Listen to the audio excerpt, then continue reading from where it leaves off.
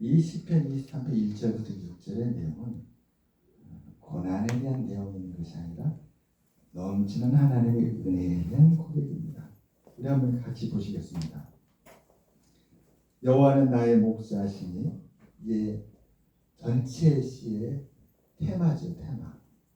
하나님이 어떻게 목자가 되시는가, 그 고백을 하고 어떻게 목자가 되시는가를 1절부터 6절까지 풀어가는 거죠. 테마예요. 여호와는 나의 평생의 목자십니다.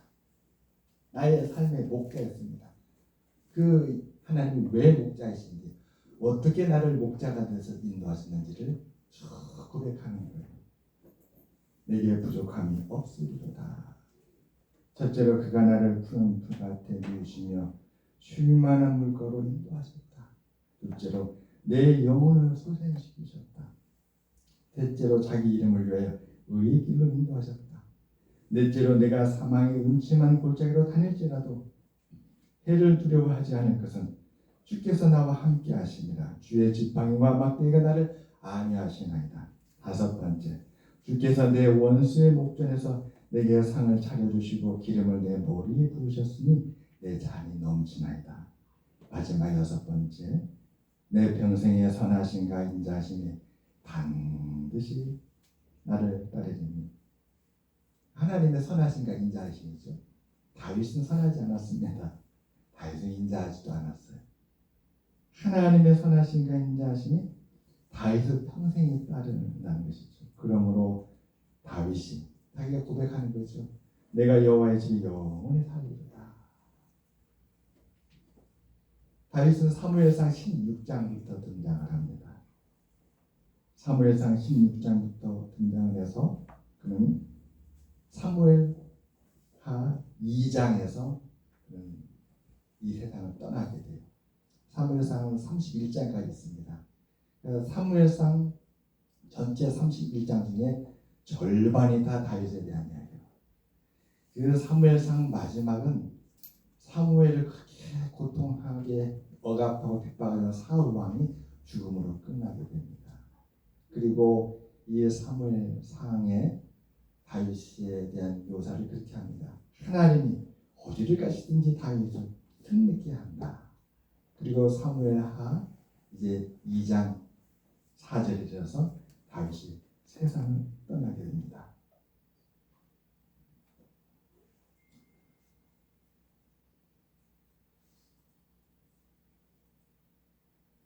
죄송합니다. 제가 원고를 보다 보니까 원고가 눈에 잘못 들어왔어요. 다윗이 세상을 떠나는 것은 열왕기상 2장 10절에 이렇게 기록됐습니다. 다윗이 그의 조상들과 함께 누워 다윗성에 장사되니 솔로몬이 그의 아버지 다윗을 왕위에 앉으니 그의 나라가 심히 견고하니라. 열왕기상 2장에 이르기까지 다윗의 얘기가 중심입니다. 그리고 다윗을 다시 쭉 살펴보니까 놀라운 것을 발견하게 됐어요.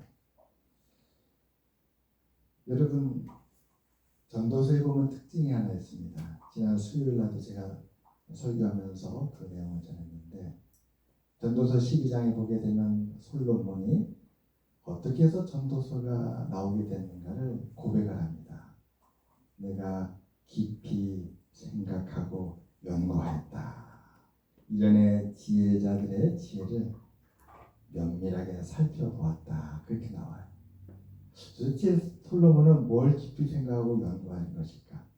그 앞을 가보면 이 전도서도 다 잠언서와 비슷한 특징이 있는데 정반대의 것이 함께 묶여 있습니다. 지혜를 말하는데 전혀 다른 정반대의 것을 같이 묶어서 무엇이 지혜인가를 베풀어 줍니다. 출생하는 날보다 죽는 날이 더 낫다. 그래야 사람의 끝이 어떻게 되는지를 보고 우리가 인생을 어떻게 살아야 될지를 우리가 생각하게 된다. 연락하는 혼인집보다 초상집에 하는 것이 더 지혜롭다. 연락하는 집에 있는 그 기쁨은 언젠가 다 안개같이 사라질 것이지만 초상집에 가게 되면 인생의 깊이를 더 잘 보게 되고, 하나님을 믿고 한평생을 살았던 사람과 하나님 믿지 않고 한평생 사람들은 어떻게 다른가? 이렇게 전혀 반대되는 것을 깊이 연구한 것이죠. 어떻게 이 두 가지가 서로 다를까? 이 서로 다른 두 가지는 서로 어떤 의미가 있을까? 연구하고 살펴보는 가운데 인생의 지혜를 발견했다는 것입니다. 다윗의 삶을 보면 똑같아요. 그대로예요. 오늘 고백하는 것처럼 그가 나를 푸른 풀밭에 누이시며 쉴만한 물가로 인도하십니다. 근데 그 인생을 보게 되면 사람들은 다윗을 결코 푸른 풀밭에 누이지 않았어요. 그가 겪었던 곳은 메마른 황무지 땅이었습니다. 사울 왕이 그를 죽이려 하니까 다윗은 황무지로 도망하였어요. 10황무지로도 가고 그리고 그 황무지에서 슬피 울었습니다. 사람들은 그를 쉴만한 물가로 인도하지 않았어요. 그를 조금도 평안케 하지 않았습니다. 얼마나 그를 찾아 헤매며 고통을 주었는지 모릅니다.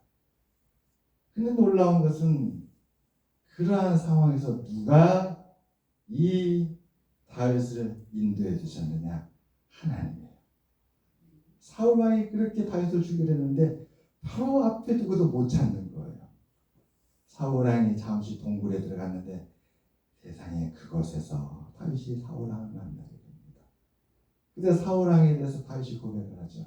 하나님이 사울 왕을 나에게 넘겨주려 하였지만 그러나 내가 어찌 기름 부은 자를 내가 헤아리요 하고 옷자락만 펴입니다. 주변의 그 충신들은 이것을 해석하기를 다윗이여 저 당신을 핍박하고 죽이라는 사울을 하나님께서 당신 손에 이제 기회를 주었으니 당신 뜻을 이루십시오. 그때 이제 다윗은 다르게 해석을 해요. 아니다. 내가 어찌 하나님의 기름 부은 자에게 해를 입히려 하고 살려 돌려보냅니다. 그리고 나서 그 다음에 더 중요해요. 그 다음에 다윗은 사울 왕을 부릅니다. 자신이 저 건너편에서 그러면서 사울 왕을 설득을 시켜요. 왕이요, 내가 왕을 해한 적이 없습니다. 또 나의 진심을 잃었습니다. 그런데 어찌하여 왕은 저를 못 믿으죠? 해야려 합니까? 그러니까 사울 왕이 나의 아들아 간복을 하면서 내가 나보다 낫도다 하고 돌려보냅니다. 하나님이 그를 그렇게 평안으로 인도해 주시는 거예요. 내 영혼을 소생시키시고 자기 이름을 내 의의 길로 인도하시는다. 다윗에게도 위기가 있어요. 영혼을 소생시켰다는 것은 죄와 사망에서 건져주셨다는 거죠. 이 다윗도 죄와 사망의 고통 가운데 있었던 적이 있었습니다. 그때 하나님께서 그의 구원이 되어주셔서 그를 용서하시고 그를 은혜의 길로 인도해 주셨습니다. 자신이 한 것이 아니라 하나님의 은혜였어요. 우리 박명수 장로님이 어떻게 저 순간에 찬송을 하게 되었습니까?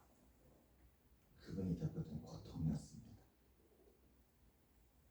하나밖에 없는 아이, 처음에 태어났을 때 얼마나 기뻤을까요?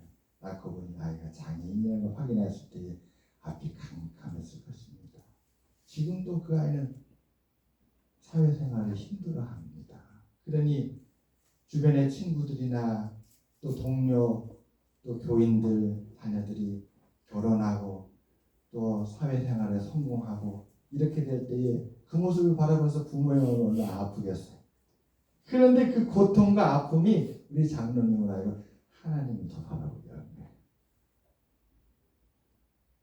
내 영혼이 은총 입어 중한제진 헛고 보니 슬픔 많은 이 세상도 천국으로 화하도다. 할렐루야 찬양하세. 내 모든 죄 사함받고 주 예수와 동행하니 그 어디나 하늘나라. 우리 삶의 아픔을 끌어안아야 돼요. 그 어려움을 붙들고 견뎌야 돼요. 그러면 뭐가 있느냐? 그 아픔이 변하는 건 아니에요. 그 박수일이라는 그 아들이 우리 장로님과 권사님 신앙생 열심히 했다고 그 두 아들이 어느 날 회사원이 되고 넥타이를 메고 그런 일은 어렵습니다. 근데 뭐가 있냐면 더 놀라운 일이 있는데 하나님을 향한 은혜가 깊어져요. 하나님의 사랑이 더 깊어지는 거예요. 거기서 성경은 바로 이걸 말하고 있구나. 오늘 다윗이 여호와는 나의 목자시 내가 부족함이 없다. 그래서 내가 이 세상에 가장 큰 부자가 되는 게 아니에요. 내가 무엇을 계획을 세우고 무엇을 꿈꾸고 무엇을 내가 추진하든 다 이루어지고 반드시 성공하겠다. 그게 아니에요.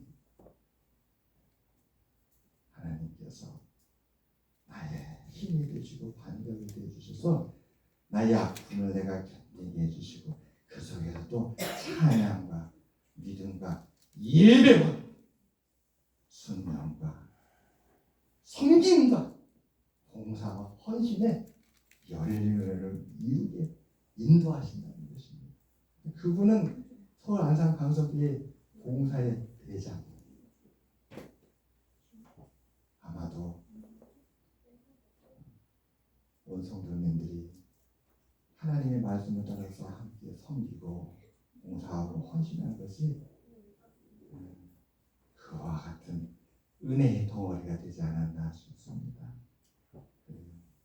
우리 추수감사주 하나님 앞에 감사 예배를 드립니다. 아까 우리가 불렀던 찬양 있잖아요. 589장. 정말 제가 이 찬양을 부르는 우리 강아지 올로목사님과 올로사모님 떠올랐어요. 먼 동을 틀 때 일어나 일찍 일어나 들에 나갔다. 그 대추 김장할 때 새벽 5시 일어나서 나가셨어요. 그리고 하나님께서 그 밭에 얼마나 은혜를 주셨는지 무를 뽑고 배추를 뽑을 때 해가 지도록 뽑아야만 되는 게 이게 너무나 잘 자라죠. 이 가사 그대로잖아요. 황혼 때가 되기까지 추수하게 하소서. 이런 은혜가 오늘 이 추수감사를 통해서 우리 모두에게 충만해진 것을 하나님께 감사를 드립니다. 이 추수감사절, 이 특별한 예배, 하나님이 주신 그 깊은 사랑과 은혜, 말로 달할 수 없는 그 하나님의 은혜에 우리가 감사로 고백을 하며 주 앞에 이 귀한 예배를 올려드립니다. 하나님께 기쁘게 받아주시고 우리의 삶을 더욱더 풍성하고 아름답고 복된 삶이 되도록 인도해 주시라 믿습니다.